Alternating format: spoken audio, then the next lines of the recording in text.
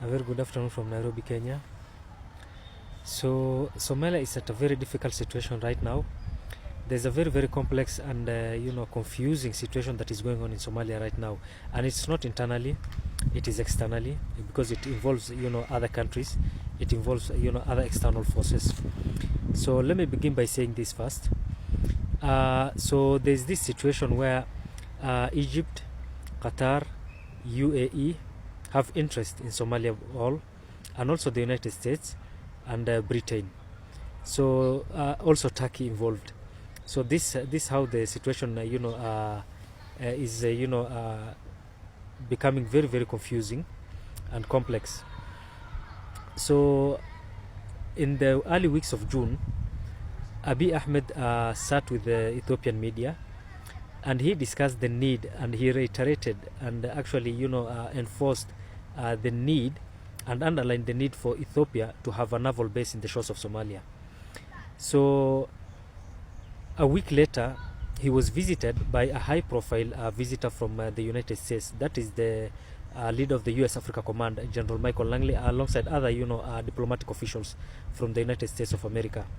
They went to Addis Ababa a week after he said that, and a week again after that, after they visited him and met him, and that is the Prime Minister of Ethiopia, those guys left. That is the leader of the U.S. Africa Command, and alongside the U.S. Ambassador to Somalia, Richard Riley, and some other Ethiopian generals, a week later visited Hargeisa, Somaliland. So the interest is this. Ethiopia wants a naval base in Berbera, specifically Somaliland, but they want to use the United States of America, and also the U.S. wants a naval base within the Red Sea, and they see Ethiopia, and they see Somaliland as a soft spot. So I think Abiy Ahmed complained to the United States of America, and asked them if they could convince the leader of Somaliland. So they used both the U.S. Africa Command leader, that is General Langley, and the U.S. Ambassador to Somalia, that is Richard Riley, and some other Ethiopian generals visited Hargeisa a week later. That all is happening within the first 3 weeks of June last month. So after that visit in Hargeisa, 3 days later, the leader of Somaliland, the breakaway region of Somalia, Abdurrahman Andro, left Somalia and left Hargeisa, Somaliland, and traveled to Qatar. So in Qatar, he went to meet the Qatar leader, the Emir, and also the Foreign Affairs Minister. Whatever they discussed, it was never made public. But the guy came back a week later, and when he came back, he immediately again visited Ethiopia to meet the Prime Minister. So there are experts who are saying that Qatar is being used by the United States of America to try and convince or even bribe or even buy the loyalty of the leader of Somaliland, so that it could be easy for both Ethiopia and US to have bases, naval bases within the port of Berbera or the shores of Somaliland.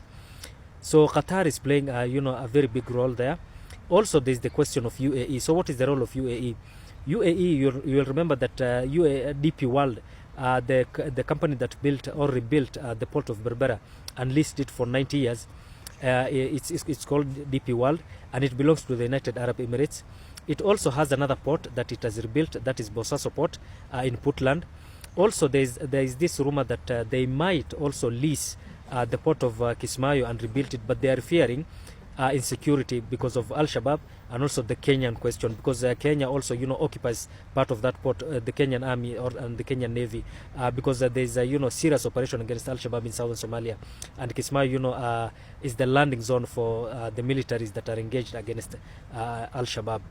So Egypt also has this issue with Ethiopia, because Ethiopia built the great it's called the Grand Renaissance Dam, GRED, or GERD, the Grand Ethiopian Renaissance Dam. They built it along the River Nile, and Ethiopia and Egypt became very furious and angry because they said the water flow from River Nile, it will be cut short. It will be cut by 50% because of the construction of that dam. They say that dam is very huge, and it holds a huge capacity of water, and the water flow from the highlands of Ethiopia is what created River Nile, and River Nile is the main source of water for Ethiopia, for both for not only Ethiopia, Sudan, but also Egypt.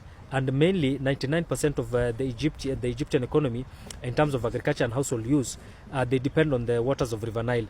So this is a very complex issue. It seems that even Egypt is trying to block Ethiopia from constructing a naval base in the port city of Berbera in the shores of Somaliland, generally Somalia. So a week ago, the president of Somalia, Hassan Sheikh Mahmoud, met with Al-Sisi in Egypt, Cairo, and they promised that they will support him militarily, and they will also try and block Ethiopia from having a naval base within the shores of Somalia. So also Egypt, it says that they might even take a military action and blow up that dam so that they can get the water flow from River Nile, to return the water flow of River Nile to the normal water flow that it had before.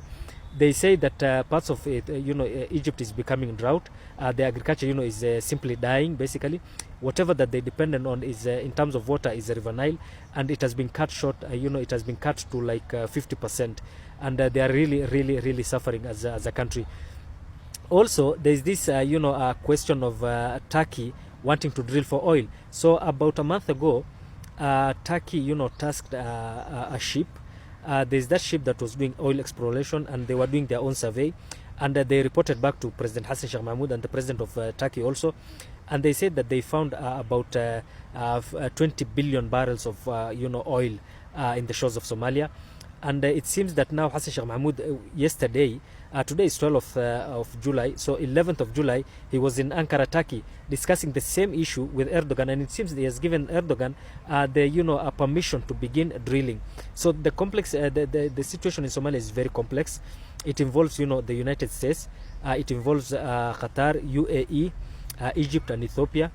And it seems Qatar and UAE, both these Arab countries, have their own interests, and they're being used, to buy or bribe or coerce or convince the state leaders and also the presidency and the leadership of Somalia, to allow them to have their way. Cheers.